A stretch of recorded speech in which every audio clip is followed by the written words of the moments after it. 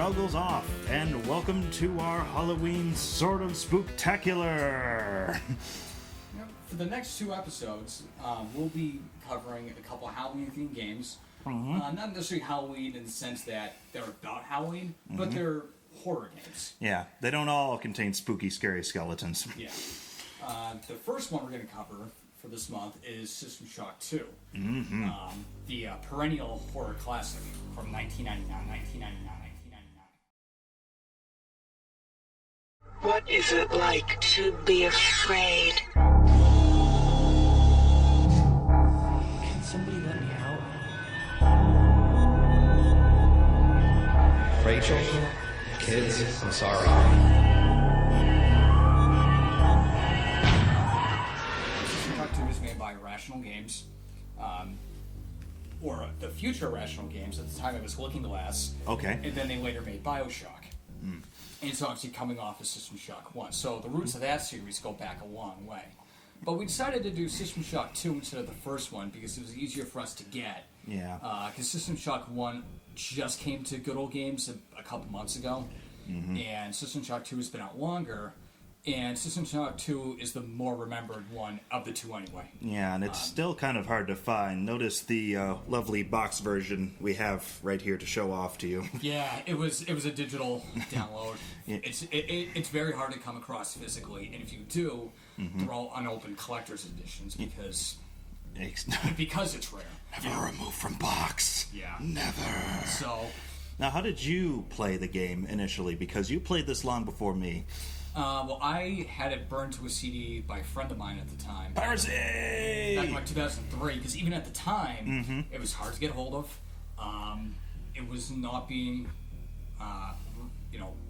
printed at the time. And granted, it was like 4 years after the game came out, but it still had a reputation as being hard to get a hold of, outside of something like Diablo 2. Yeah. Is that because it sold so well, or...? No, it actually sold very terribly. Oh! Both of them did. That's surprising. System Shock 1 and 2 were not heavy sellers. And after System Shock 2 came out, Looking Glass Studios closed, and then the rights moved to like 3 different companies, and there was this big crap storm over Well, that who explains a could lot. actually print it. Yeah. So getting a hold of it for us was pretty difficult. So we just had to download the damn thing. Yep. But that's okay, because it turns out it runs very smoothly on both Mac and PC, and thank goodness for that. Yeah. It's one of the computer games you can actually play. Yeah. And I don't have to run by, does it work on Mac? Does it work on this Mac? Does it work on 95, 98? What do I need to emulate here? We live in a great age. Yeah. But if you download the one from Good Old Games, it's the modern port, and it gives you the high resolution. So that's pretty much the definitive version of it. Yeah, there is also a Steam version with cooperative add-on, Yeah, it's I got believe. multiplayer, too. But I would recommend the solo version. Oh, yes. Yeah, and the solo version kind of begins when you're coming in on this sort of futuristic cyberpunk monorail. You are a soldier recruit, and you arrive in sort of soldier recruitment Disneyland, where all the buildings involve soldier recruitment.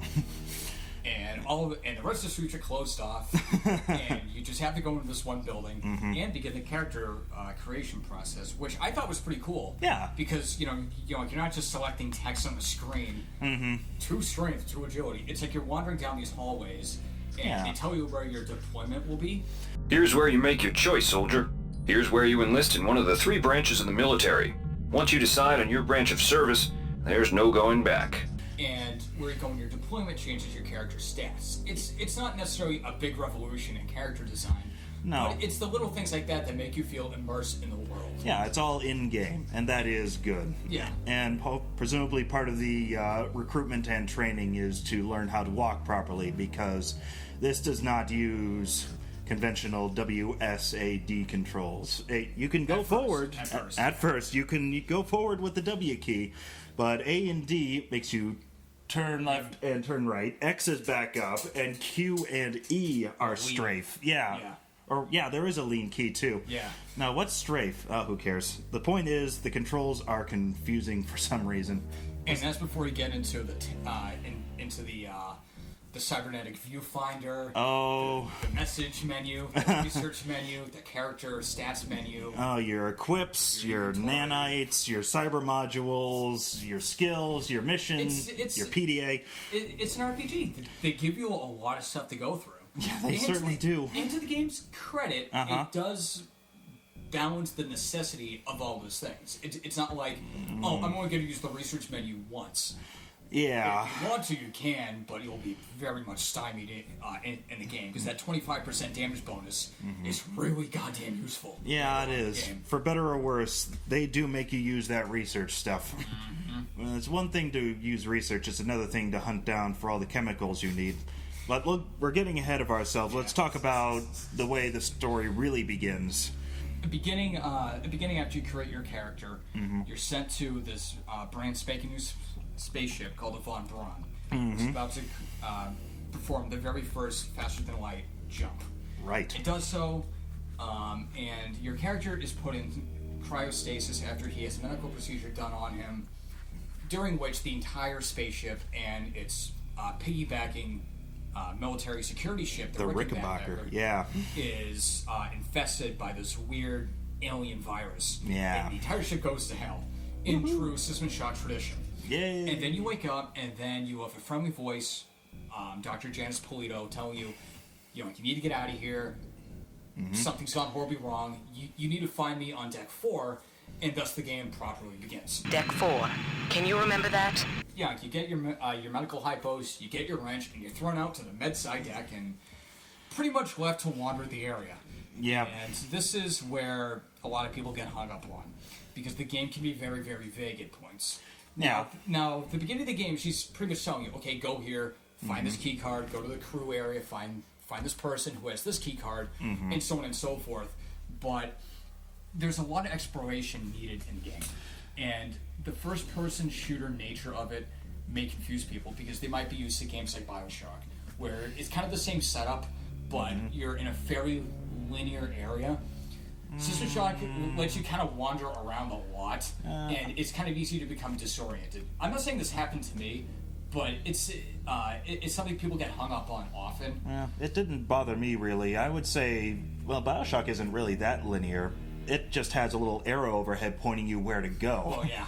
Yeah, you don't really have that advantage in System Shock 2, but you can put the map in a tiny little quarter of your HUD, and that does help a bit, but Yes. that only shows one layer, and each deck has multiple layers to it. Floors. Yeah, floors, exactly. Yep. And you could be wandering underneath or above, and you could have no idea where the evil monkey with the exposed brain is making all that noise.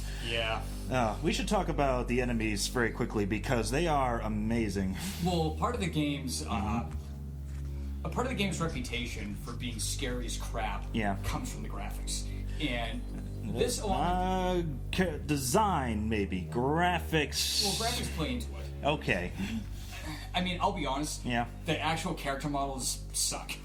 Yeah, they're paper mache. On a contemporary basis, a lot of games that face models much better. Yeah. Where it actually looks like a face, and they have vertices that form an outline. Yeah. Whereas the System Shock is just Yeah, it's just a polygon. It's like a couple triangles with a face texture plopped over it, and it looks really terrible at points. Yeah. But the actual art style is actually pretty well done. It's kind of like comic book-y, late 90s cyberpunk style. The colors kind of imply that. And the weird texture mapping and the low poly count on the monsters isn't really a bad thing. No. Because it makes everything, that word you love so much more abstract. Yes. It makes it look very, very, very strange and very, very alien. When you run into actual human models, then Then it falls apart. yeah. But Fortunately, you don't run into too many of them. They're all dead. No, I mean, Spoiler. well, you do run into plenty of dead bodies, and they look at it, and you're like, oh, that guy's face is a triangle. That kind of takes you out for a second. But Yeah. the enemy models, which is supposed to abstract, it does perfectly fine. Yeah. The hybrids, the really stilted walking animation, Yeah. the weird polygons in them, the goddamn midwives. Oh, yeah. mothers, all those people. They all look very, very deranged because of the low poly count. Yeah, they got the spider guys and the floating animation. tentacle monsters. Oh And, yeah, ugh. it's the enemy design. There's not too many enemies types in the game. Yeah. But each one has a specific attack pattern. So there's a certain point where it's, I'm facing this enemy. I need to use this and this and this, which also plays into you conserving your own ammo types and stuff. Yeah. And I was actually shocked to see how much ammo types played a role in your success in this game. It's very easy to screw yourself by, I'm going to use all my anti-personnel rounds. No. Oh no! Now I have a bunch of flesh enemies I can't kill. Yeah. Whoops. I'm gonna use You saved earlier. I'm gonna use all my armor-piercing rounds. Oh no! I'm on a deck and there's absolutely nothing but suicide bots and giant tank-like things on 2 legs. Well, see, that's one of the weird things because the character creation's good, but at the same time, it's very strange. It's like if you pick the OSA agent, which is supposed to be like the CIA Black Ops psychic power type of guy. Yeah. He doesn't come with standard weapons as a skill. No, So the he comes equipped with a little cyber tangerine that he plugs into his arm, and he just says, "Hey, do you want this? Psychic powers!" Yeah, it's weird because like you think that a government operative or a secret operative would have pistol training, but he doesn't. Yeah, using the And- most basic stuff. And there's a certain point of the game where you've got a lot of Allah Akbar C-3POs coming at you, and you need to ask yourself, do I want to blow my psychic energy? Or am I just going to run up to them, take a crap load of damage, and maybe go on? and that brings me to a point of contention that I have with the game. The balance is shot. It's really, really bad. It is, and we should bring up that I only managed to beat this game after 2 playthroughs and just going, to hell with it, I'm just going to keep running my head into this wall until I win. Because there comes a certain point in the game where you are not allowed to backtrack, and all the skills that you have acquired and all the ammo and inventory that you've got are basically it. Yeah. You can't even go back to the area that you just entered because you've just jumped off a cliff into a pool of digestive whatever. Yeah. And now you have to face down the big boss, which is a spinny heart thing. Can we talk about the mini a bit? Sure. Yeah, because that's where the game starts to break down a bit. We're doing spoilers, right?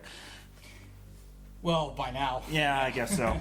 So, Shodan, who is on the front cover of this lovely box that we don't have, is the ultimate antagonist of the game. She was impersonating the doctor who's been helping you through the game, and she created the many, who are the evil symbiote guys. Yeah. And they've gotten completely out of her control, and she wants you to take them out. Problem, they have basically grown a giant body around the Rickenbacker, and you have to go through their digestive tract in order to kill it from the inside. Cool concept. Looks like shit. It plays like it, too. Yes, it plays like shit. You have to jump between uppy-downy 2 teeth and go through intestine and jump around all over the place. It's one part of the game where the art direction starts to really suffer. Everything has the same texture. It's very linear. Especially with the teeth, they're just gigantic white blocks. They're not yellowed or anything. There's no indication that it could be a tooth. Yeah. It's just this giant mass of white. I thought it was I'm not even kidding when I say this. I thought it was a giant snowball at first. But then I'm like, oh no, wait, like I'm in a body. So that's supposed to be a tooth, and it's like this solid white block. I'm like, okay. Yeah. This is where the game started to run out of money. Is there another They started to tooth? run out of time. Is this another tooth coming down on it, or is it just the one tooth? Oh, okay, so there. No, yeah, like it's one tooth above and one tooth below, and it just smashes you if you're quick enough. As you learn about one of the audio logs. Yeah, no kidding. Poor Prefontaine. Yeah, there's another instance of them trying to save money heavily, the audio logs. It was very clear that they just got developers. It's all the staff members. It is all the staff members doing the audio because they could not sound more bored for the dire situation that they're in. The captain is actually the guy who plays Garrett in Thief. Captain William Diego. Which was also done by Looking Glass, correct? Yes. Yeah. He's actually really good at it. Yeah. There's a couple good audio logs, but a lot of them rely more on the atmosphere to get their message across than the actual dialogue in the audio logs. Yeah. All but a few are actually really freaking routine. It's just, I was going down here and then something strange happened. Oh my, I better record this. I'm having a spat with crew member so-and-so. By the way, here's the code number for the locker you need to get into. It's all very routine, but the ones that are good stand out well. Did you get the audio log where, before you fight the mutated Karenchkin, about him shooting the other crew member to death with a shotgun? And there's Was like he 5 shotgun blasts. Was he one of the military guys? No, he's like the big floating orb thing you fight on the Rickenbacker deck. Oh, There's an audio log right before that point where, and that has some great acting. God, don't do it! Please don't! Glory to the many. I am a voice in their choir.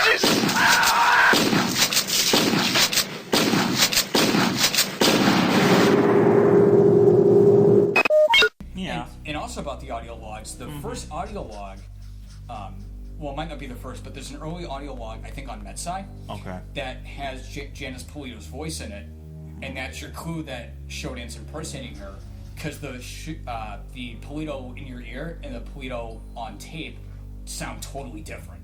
And that's your first cue. That's your first indication that something's really not right here, because Mission Control isn't all what it seems. Oh, so I yeah. thought that was a nice twist. But yeah, the actual messages are just kind of, well, they're there. Yeah. Many games have done them, and they haven't really done them better because the formula's all the same. It's just whatever. Yeah, and it's funny that the audio logs and a lot of the dialogue is so underwhelming because the sound design is really effective. It's that's brilliant. That's one of the things that saves the section when you're in the body of the many. Because when you're doing that initial, remember, it gives you like a psychic preview Yeah. of the final boss area, and it's showing you this whole area as the camera spins around. I'm just sitting there thinking to myself, wow, this used to look really impressive a while ago. Yeah, well, Yeah, they're really showing off this thing that is not worth showing off anymore. 1999. Yeah, but everything else, Yeah. I mean, sound can save visuals much better than the other way around. Well, it's a horror game. You Yeah. need good sound over good visuals, because if the sound falls flat, your atmosphere's gone. Yeah, exactly. I'm reminded of, you've played Halo 2, correct? Yeah. Remember the carbine rifle? Yeah. When you go to replace the magazine, it sounds like you're taking the cap off of a jug of milk. Yeah. Which does not sound very gunny. He's down. It doesn't even sound very sci-fi. It just sounds like, boom. It's gone bad. It's gone bad.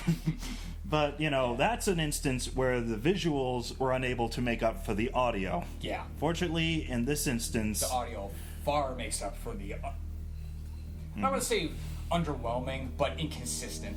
Yes, visuals. inconsistent. That's fair. Yeah, it's really good design. A lot of like the environments are very creative. Yeah. Like you get to the rec deck with its big basketball courts. And all Yeah, I like and, that. And like you have a lot of varied enemy types. So like I explained earlier, the hybrids and the midwives. Yeah. You get like these Star Wars Royal Guard looking cyborg assassins who throw like ninja stars and Oh my and all God, those muttering things. this weird jumbled whatever. And that's actually legit creepy. See them just scurry around. I think it was engineering that they're on. Yeah. But one of those decks, seeing those enemies in motion is always scary, and the sound obviously plays into that a lot. Yeah, which deck had the shallow graves in it? Was that the recreation deck, or was that something else? It was like it wasn't the hydroponics area. No, Hydra's different. I forget, but I know what you're talking about. But yeah, like that's in the second half of the game. Yeah, there are And, good little touches that let you know that this is like... Yeah. This was once a spaceship which was designed to be self-sufficient over a long period of time, Yeah. and everything has gone to hell. Especially things like Xerxes commenting that there are only a few days left until Cyber Christmas, so Yeah. get your shopping done. The poor- formerly helpful AI on the Von Braun has gone nutty. Yeah. He'll alternate between trying to kill you, explaining why he's trying to kill you, and giving station announcements about how it's a couple days away from Christmas. Yeah, is he It was pretty funny. in league with the many, or is he trying to fight the many as well? No. Oh no, he was just controlled. Oh, I see. Yeah. But But poor guy. Yeah, like so So the visuals are one thing. The balance is another. Yep. And the sense of vagueness is kind of another issue that people have with the game. Yeah, I did get lost. There's a lot. I mean, the environments are diverse. They're sprawling, which I think in a horror game works because, oh god, I need to go through this section. And there's so many enemies. Stuff like that. Yeah. Like there's a lot of sections where where like a police will say, well, you need to go down to R&D, and you're just looking around for, I mean, in my case, 15 goddamn minutes. Where the hell's the stupid R&D door? They don't have those helpful little signs saying R&D this way or Medibay this way. No. They have them sometimes. There's a few, but there's not really a consistent level of them, so it is easy to get lost. Again, I implore, it is an RPG, it's not a first-person shooter. Yeah. You're not supposed to go from the linear point to the linear point and have action on the way. So the Yeah. exploration's a factor in it, but just be prepared.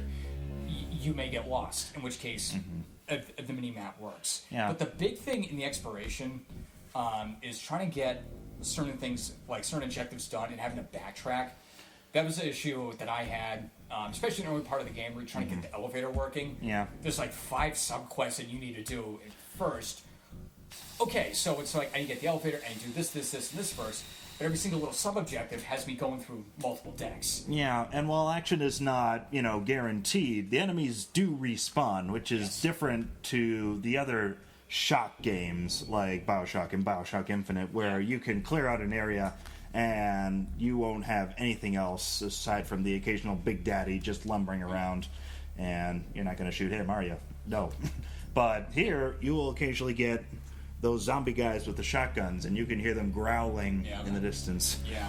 Yeah. And that, I think, is the biggest argument for why the game does horror so well. Yeah. You never know what to expect around the corner. It's never scripted. It's...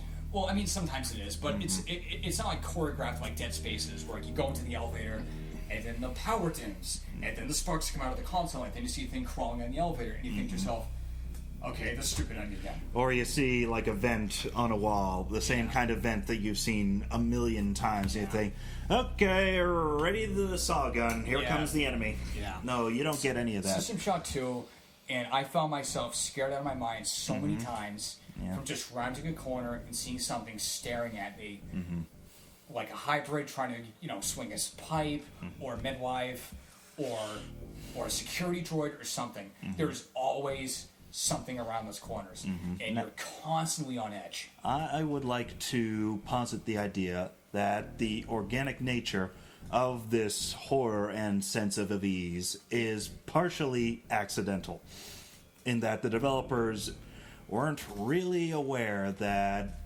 they were creating such a varied experience, and there's a very good reason why. The music.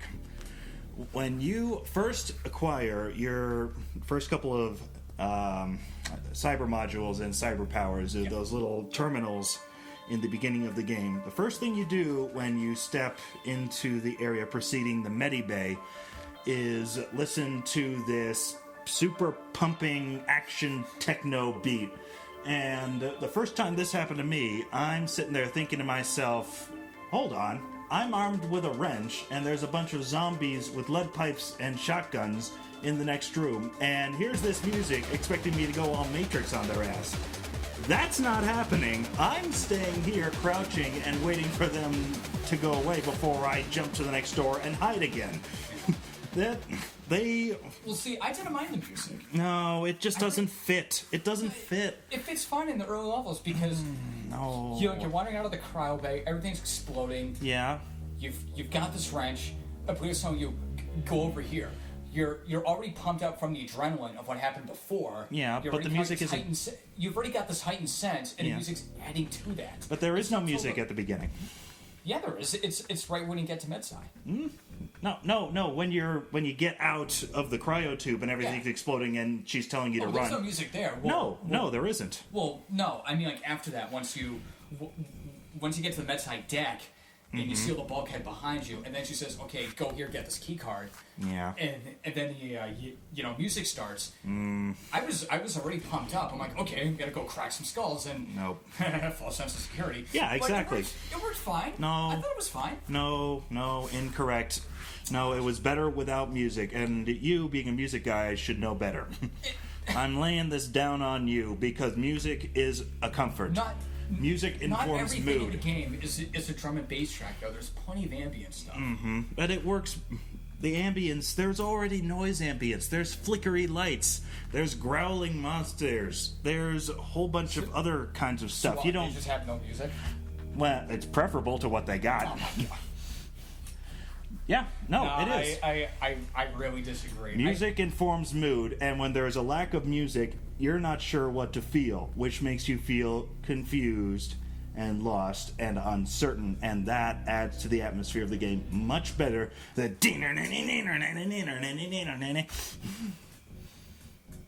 thought it was fine. I'm correct. Well, I guess it's just like how you react to it too. There's a lot of sections where the music was pumping, and I got all pumped up, and that kind of gave me the confidence to go forward through like the radiation tunnels in the second level med side to like get the door unlocked. That's when that music works. I could see why, like, during the beginning section of the game, it wouldn't work. But I think a lot of the music fits perfectly fine because it's trying to pump you up to get you to the next section. It can't all be horror all the time because then you won't get out of it. Oh, yeah, that's true. But then you can just take a break and then come back to it. That's what the quick save button is for. well, true, yeah. But, like, I just don't think it should be all ambience. Because, like, in a game like Quake or something, it's just tons of action. Yeah. Through the gameplay, so the ambient soundtrack works fine with that. With a game of System Shock, you're alternating between the action parts and the horror parts. The music can add to it, but it doesn't all have to be horror, because then that's just a little too draining. Well, in any case, I recommend playing it with the music off. It's like rebinding the controls at the very beginning. Some things just don't carry over to the modern era. The music's also very, very 90s. Yeah, that is also a problem. It's as 90s as 80s synthesizers were to the 80s. Yeah. And for modern piss takes of the 80s, drum and bass is very, very late 90s. So, I don't want to say the game shows its age, because it's just a product of its time, but be prepared. Yep. It may make you want to play 20s Pro Skater and grab a skateboard. Just for how extremely late 90s it is. Yeah, get yourself some pogs and some yo-yos. Yeah. But going back to the final part of the game, after you kill the many. Yeah. Yeah. It's where the developers clearly ran out of time. Well, and this is like my only remaining complaint with the game because I think it does pretty much everything else perfectly fine. The music we can argue about whatever, but the later half, especially the last quarter, is really thrown together. Yeah. When I first got there, I was actually kind of impressed with what Shodan was saying. She was basically saying she's going to use the FTL drive to create her own reality just on willpower alone, basically. And you're going through this corridor after getting back on the ship, and suddenly things are starting to go all holodeck on you. Yeah. And you're fighting transparent meat monsters, and I'm going, okay, this is actually kind of cool. Which way am I supposed to go again? Yeah. Well, actually, it's a recreation of the first deck from System Shock 1. Oh, all right. Which, again, cool as it is, it's fan service, and my perennial complaint with fan service is that it's lazy. And I'm worried. I didn't get it. In this situation, I'm not gonna accuse the developers of being lazy. Yeah. But again, it's a situation where you look at the game and think, okay, we can't design a new area. Let's just throw the old area in, add some Tron lines, and call it a day. Yeah. That's kind of the impression I got. And the final boss fight is just really, really bad. Yeah, it's which again continues the Shock's tradition of lame final boss fights. Yeah, you know what? You're absolutely right. That will always be a thing. Hack 3 computers, fire 2 bullets. That's about it, really. Yeah, or swipe at her with your laser rapier, which I was... Oh, you finally got to use? Yep. Oh, nice. Yeah, the almost lightsaber of System Shock makes a return. Yep, pretty much. But, I read on a guide a while back that it's one of the few things that actually is specifically designed to hurt Shodan Yes. for whatever reason.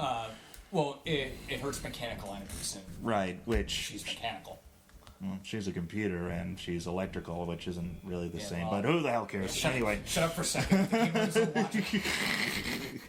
But well, you're not just fighting her; you're fighting avatars of her because she's always on about being a god, even though she's a security software that's gone slightly loony. and the design kind of looks like the Bride of Frankenstein meets Showman. It's not very underwhelming looking. I would have gone with the robot from Metropolis crossed with Londo from Babylon 5 and his crazy hair, but I would have gone with anything but what we got because it just wasn't very good.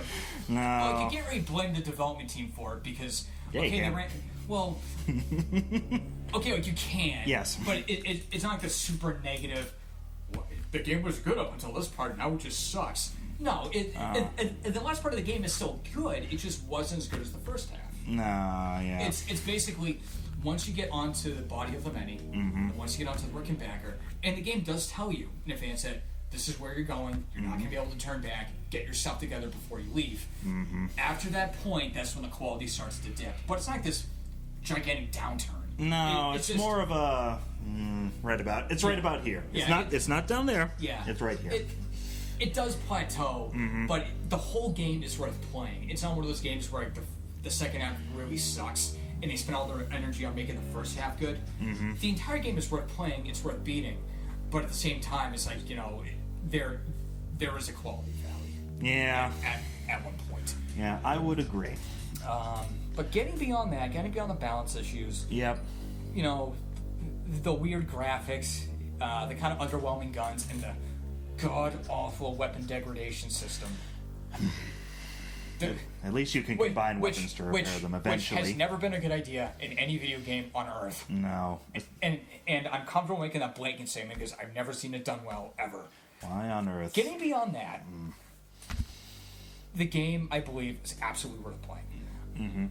I'm not going to be one of those, a-holes that just says, well, you owe it to yourself to play, because that's just a dumb statement to make. But I really think that if you enjoy the BioShock games, if you enjoy horror or first-person shooter games, or even if you play Deus Ex, and if you want to go a little more back in time on the same engine and seeing where they came from, I really, really believe that you should play it. Yeah. System Shock 2. Even if you played the most recent Deus Ex, Human Revolution. Yeah.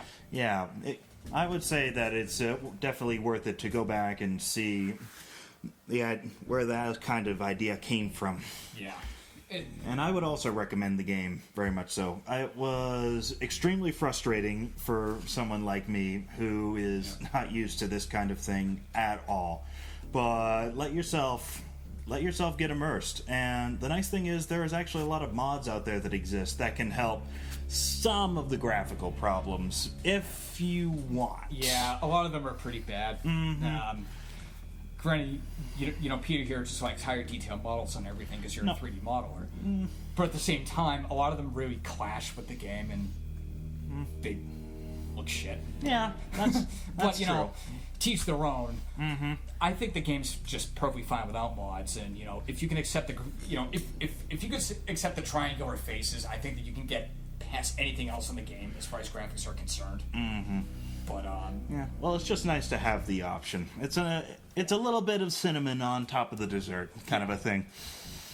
So on top of that, what do you think? Do we need the goggles on for this game, nostalgia-wise?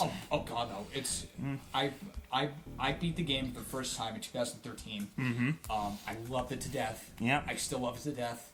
I could easily replay it if I want to. It doesn't get boring. I Yeah. don't think.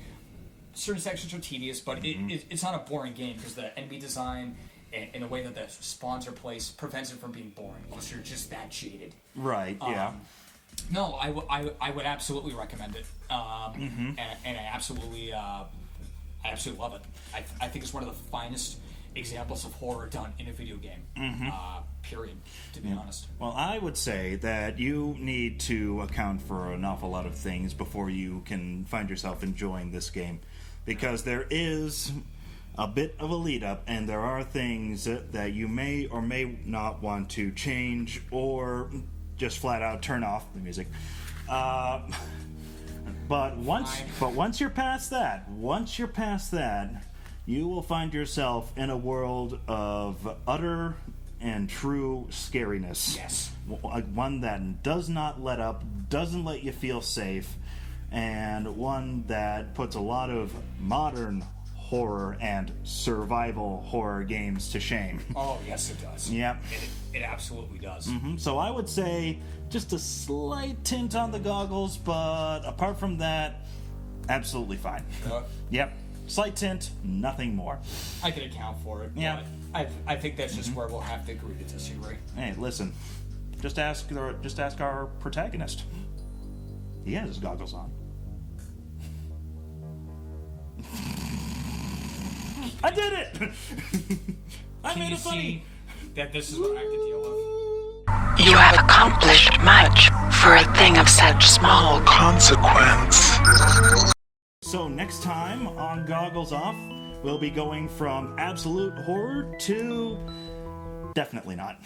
Real silliness. Real Although, awesome what game? silliness. Although, what game is it? Oh, you'll have to wait. Oh boy. Spooky, scary skeletons.